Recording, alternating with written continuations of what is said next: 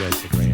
Walking in mid-segment, but I'm so glad you feel at home here. You were in studio about a month ago, and you were gracious enough to come back down here. The interesting thing is, Ryan, I love talking both college and pro with you so much. You do both games. If you had to say which one do you enjoy more, is there an answer to that question? I don't think there is. Yeah. I love football. Yeah. I absolutely love it. It gave me everything, and for a long time it was incredibly toxic because I made it toxic, right? So if I get the opportunity to call NFL games, it's easier to call NFL games because the rosters are so much smaller. You know the stars on the team. Yeah. You know the statistics. I don't have to be as locked into my charts because I know it. Right. Because I've covered it so much. But you grab that college football chart and you have 110 numbers, right? And duplicate numbers. And guys, when you talk to the coach the day before, I'm like, is there anybody unexpected that may play this weekend? And they're like, no. 20 people? No, we're fine. First play of the game, like the 4-string wide receiver gets a reverse that we have nowhere on our chart. And I'm just like, we look at our play-by-play person going, what's going on? And you have 4 hours to fill, by the way, just to be clear. I know, because college football games last forever. But the other thing is, I always thought that the NFL was more paranoid than college. It's not true. The college football coaches, I think, are the most paranoid human beings on the face of the earth.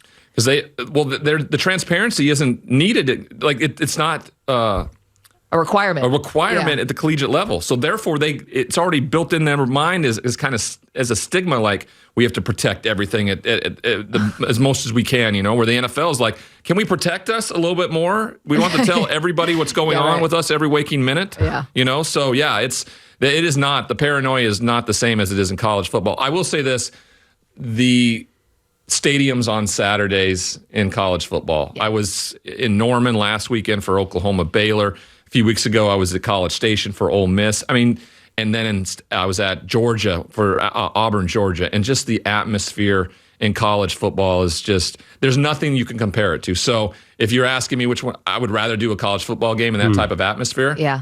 But once I do an NFL game, I remember talking to my boss going, I want to do another one as fast as possible. And he's like, I may have one more later in the year. And I'm just like, no, every week is what I want to do. Ryan Leaf is here in studio. He's the host of The Straight Line on PointsBet USA. And that's just one of the 5, maybe 6, 7, 8 jobs that you have. I'm a mercenary. I love it. So let's talk about for college, because we have 2 big show debates that are kind of brewing around here. Number 1 is about Alabama. So they're 9th in the college football rankings as of last night. And I think this is, I'm not going to say the end of the dynasty, but it's on life support. And I don't believe that Nick Saban is going to win another national championship at Alabama. What do you think? Well, I think that's a little drastic. He's still the best coach in the game. He's got to get his hands wrapped around what NIL looks like in terms of recruiting. He got beat at it, and he was upset about it this offseason. He got after a couple other coaches because of it. Yep. He just got beat at it this year. He's going to figure it out, right? They're going to figure out how to get it done, and he's going to get the best recruiting class in the country to Alabama once again. And then, he's got the reigning Heisman Trophy winner playing there. He's going to go get a guy like that to get it done. So I'm not ready to rule him out. But I do think NIL has made college football a little more parity-driven. I think teams that normally wouldn't maybe get a 5-star kid are going to get a 5-star kid and are going to be better. I was here last time with you, and I told you that there was a huge gap between Georgia and everybody else, and then they kind of stumbled to get Kent State and Missouri, and I even got fooled by that. Like, I even got like, oh, maybe they're not as good as it. No, they're far and away the best football team in America. We just got convinced by everybody else in the college football playoff, ranking them 3rd last week. Well, it's cute. Yeah. It's cute. Yeah. Well, Kirby Smart was loving life last week. Don't do it. Well, it's a little recent. Listen, Alabama falling off this cliff. If those games were not at LSU at night, which is mayhem, and in Knoxville, that particular game where Alabama had to go to Knoxville, they were going to these incredibly difficult places with this giant target on their back because they were Alabama. But that's always the case. That's always the case, but I just think the schedule did not lay out well this year. They got a lot of Vandy at home, a lot of, they didn't know Tennessee was going to be like this. They should have easily, listen to this. Okay, yeah. So Alabama is 2 plays away from being 5-4. And they're also 2 plays away from being undefeated. Yes. So let's not. But I will say this, to your point, it's competitive every single week. for them. And before it wasn't. Before they put teams away, they covered lines. This is a different thing where it's competitive every single week. And this week against Ole Miss, they're 12-point favorites, and I don't think they win by that many if they win at all. Lane Kiffin, he understands he screwed up last year, the way he did that interview on CBS right before kickoff, how he approached it. He's got to do things differently. They're running the football really well. I saw them a couple weeks ago. I think they learned a lot from that LSU loss. So I wouldn't be surprised if Ole Miss generates some real interest this weekend at home. Ryan Leaf is here in studio. He's the host of the Straight Line on PointsBet USA. Our second college football debate, I guess, was about, did TCU get disrespected? Now, they didn't in the latest college football playoff rankings. Do you think they deserve to be ranked fourth? Because I have them ranked third. Okay, because Perloff is not a believer in the Big 12 this year. Really? I think it's the best conference in America. That is against the grain. From top to bottom, I think they're the best conference in America. I mean, okay, explain. Well, you would have to say Iowa State's the worst team in terms of what their record is, and they are a very good defensive and good football team coached by Matt Campbell. So from top to bottom, they are the best team, best conference in America. Every game, every week there's something to it. I think Iowa State's favored this week against whoever they're playing. I forget who they're playing, but Texas has a real chance if they win this weekend to run the table and be in the Big 12 championship. Well, Iowa State's playing Oklahoma State, who was a top 10 team who lost 48-0. Well, they are just ravaged with injuries. So their quarterback Spencer Sanders, who's been there for 14 years, he couldn't go. My argument against TCU is they were trailing in the fourth quarter. Texas Tech, who's not a really good team, they're a 500 team, and West Virginia, another 500 team. I feel like if you put TCU into the SEC, I know this is a cliche, there'd be 3 or 4 losses. I don't even think that's a harsh statement against TCU. That's just a reality. You put Tennessee on a neutral field against TCU, I think people would say Tennessee's a double-digit favorite. Maybe. But that happens all the time. Oregon went into Ohio State as a double-digit underdog last year and beat their tail. So I don't buy into any of that. What I've seen with my own eyes and what I watch on film, TCU, regardless of situation, find ways to win. And I'm going to reward teams that win. I'm not going to reward teams that could have won or should have won. Yeah. We're not a what if they were on a neutral field? We're not a what if poll at the Straight Line with Ryan Leaf. Right? That's not what we are. I think it's a great conference.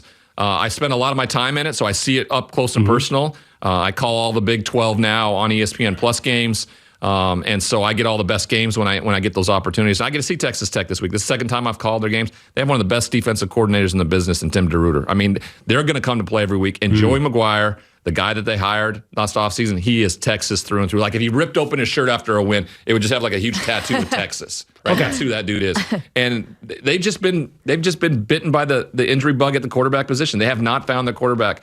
And Kansas is the story of the year for me. I cannot wait. Got a chance to spend a lot of time with Lance Leipold and those Kansas players when I was down there this summer. I'm so happy for their success. And I think they go on the road and find another way to win after being bowl eligible for the first time since 2008. This is so surprising to me because I figured you were going to come in here and make the case for the Pac-12 teams. I was sure that you're going to say Oregon, USC, UCLA, that one of those one-loss teams should be in the Final Four. But I feel like you're saying that about the Big 12 now. Can the Pac-12 find their way into the Final Four the way it's set up now? Well, I think because the Big 12 is so darn competitive, I do think TCU gets tripped up along the way. Mm-hmm. So that opens a spot. And I don't think the committee and how they opened it up with TCU as the number 7 team, as an undefeated team, are going to put a Big 12 champion with one loss into the college football playoff, unfortunately. I don't think that's going to happen. I was interested to see what the committee did with Tennessee. Would they move them out of the top 4? And I thought by moving them out of the top 4, they capped them with a ceiling. That now the team behind them, the Oregon Ducks, have a chance to leapfrog them if they win the Pac-12 championship, because that's what they'll have going for them. If they want to go head-to-head with Georgia and say Georgia only beat them by 14, where Georgia beat Oregon by 46, that's a huge differential. But one team's going to have a conference championship, and that variable for the committee is huge. The bigger question in all of this is, what does the committee do if LSU somehow, some way, upsets Georgia in the SEC championship? Georgia's already in. They're already in like they were a year ago. No matter if they won or lost that game against Alabama, they lost. They're in the tournament. This is my hot take on this. I don't think the SEC champion LSU Tigers are in the Final Four.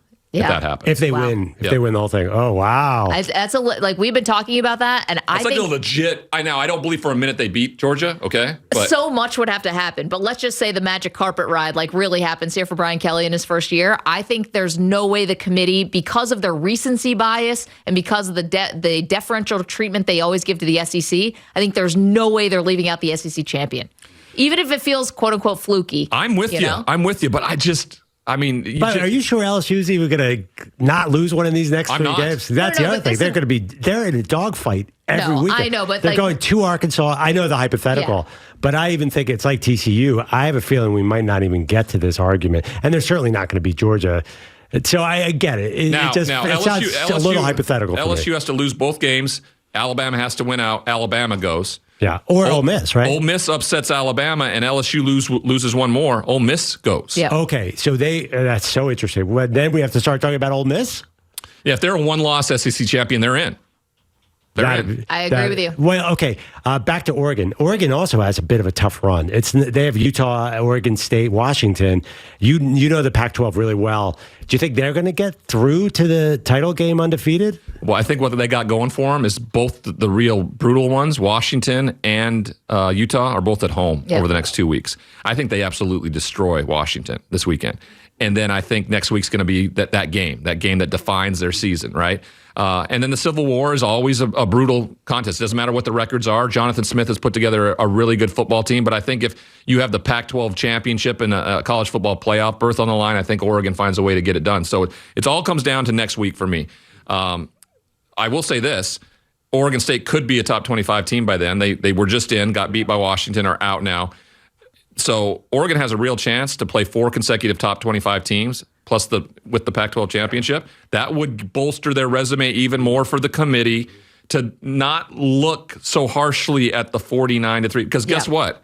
If they get in, they're most likely going to be the 4 seed. Who would they play in round 1? Georgia. Yeah. So Bo Nix, poor Bo Nix. It's the one team he's never beaten. So I think he'd love that opportunity because this team is much better, and I guarantee you it wouldn't be a 49-3 game this time. And if you watch the game closely, they were competitive that first half. They really were. They just made some bad mistakes, and that's what Georgia makes you do. Tennessee found that out firsthand this week. So, it's really interesting. I think the committee is, there's no reason why USC should be so far ahead of UCLA in the conversation. So, and Utah's just kind of hanging out there. 2 losses.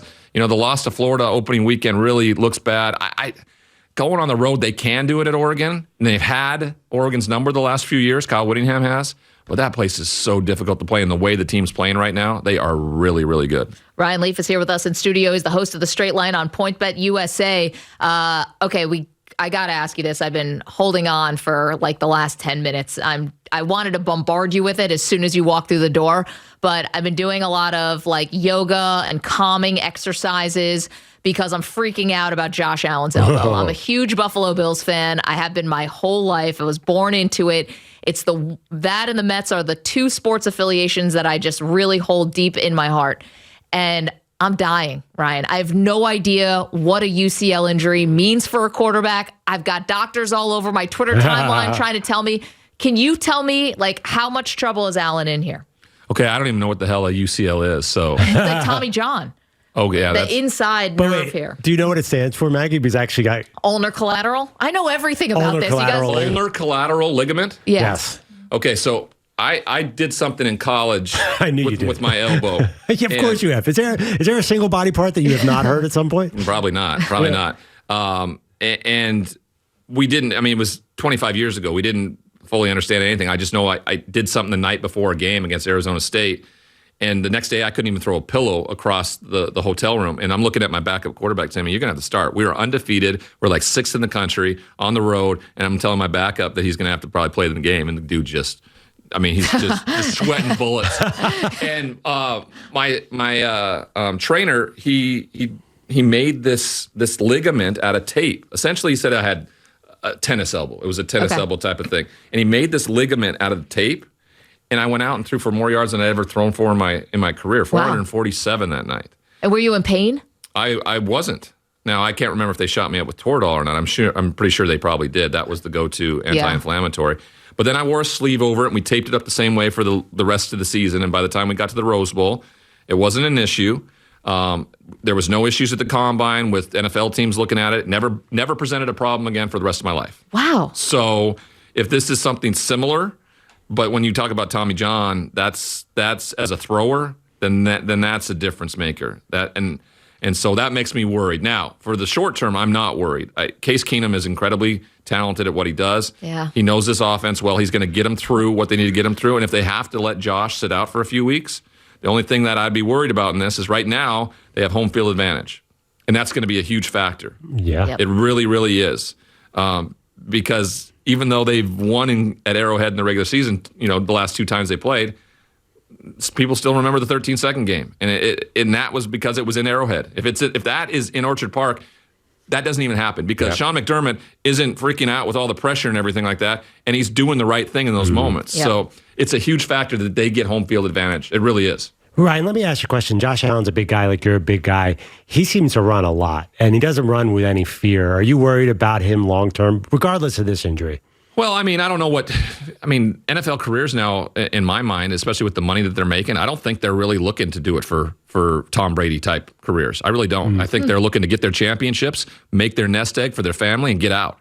And so I think Josh Allen's like, I got nothing to worry about. I got all the money in the world. I want to just go play football, enjoy it, and win a championship. Ultimately, that's what he is. And for him to win a championship, he believes he's got to do that. He doesn't need to think about his future. And I know that's hard for everybody around him or Wait a fans minute, like that. what? But he's not thinking about it. He's thinking about winning a championship this year. I mean, Okay. Matthew Stafford could have just, with his elbow and everything, if he really wanted to, like he has a different mindset than maybe Josh Allen does. Like if Josh Allen wins a championship and his elbow feels a little iffy, I wouldn't be surprised if he'd say, all right, I'm out. Yeah. No. Wait a minute, but Ryan, I thought the Bills finally had their quarterback for the next 15 years. They think that. You don't know that, right? The amount of money that they make now. I know it's a lot. The amount of money that they make now. They can go out and pour everything they can into a season and not worry about what's set up for the next. If they can win a championship. Now, he's never going to leave this game until he wins a championship. That is his ultimate goal, and that's what I love about him. He's such a winner. But I tell you what, the mindset of a lot of these players now is to make because the second contract is worth so much money now that they don't have to play into that third contract. The guys are making so much money in their second contract is what the career earnings of, let's say, Peyton and Eli all through the years that they played. And they played for a long, long time. You just don't have to do it anymore. But you always still want to win a championship. So it surprised me a little bit. And it wouldn't surprise me if Matthew Stafford starts looking at some things because of the amount of money that he's made. Yeah. And he's got his championship in his back pocket now. Turns out he's in concussion protocol. So we're not even sure if he's going to play this weekend against the Cardinals. Ryan, this is great. Thank you so much for doing it. We know you are the busiest person. This is your busiest time of year to come into the studio. We can't tell you how much we appreciate it. We're so proud of you for taking the subway here. You're a New Yorker now. I know. No mistakes. Didn't go the wrong way this time. Didn't end up in a different borough. Look at you. Just carry it now with me. It just sits in my pocket. The Metro card. There you go. I know. You're still calling it Houston Street. We're going to work on that, What though. street is it? It's called Houston yeah. Street. We didn't want to say Thank it. you, Really, Maggie. Houston Street? Yeah. It's really Houston. Is it spelled Houston, though? It's Yes. spelled Houston. So that's your guys' problem. That's not It's my our problem, all right? but I don't want it to be your problem. This is like makes our heart just burst with joy. We got you bagels and lox last time. Now you're taking a Subway. I'm disappointed that wasn't part of this deal. not Tasty now we know Thursday. why you showed up. Okay. Right. Yeah. I'm sorry. I can't. Anna and MacGyver were here the last 10 days. Yeah. And Anna made a little reference to me like, Yeah. you put on a few pounds? It was.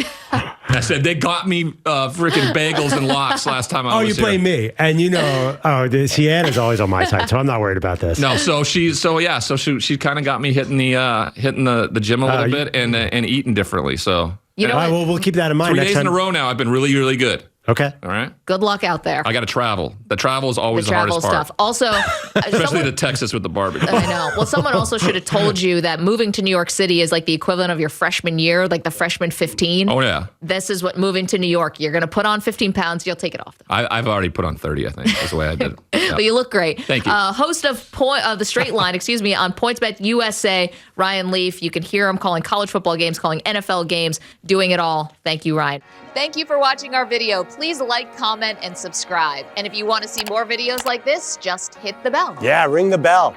Just hit the bell.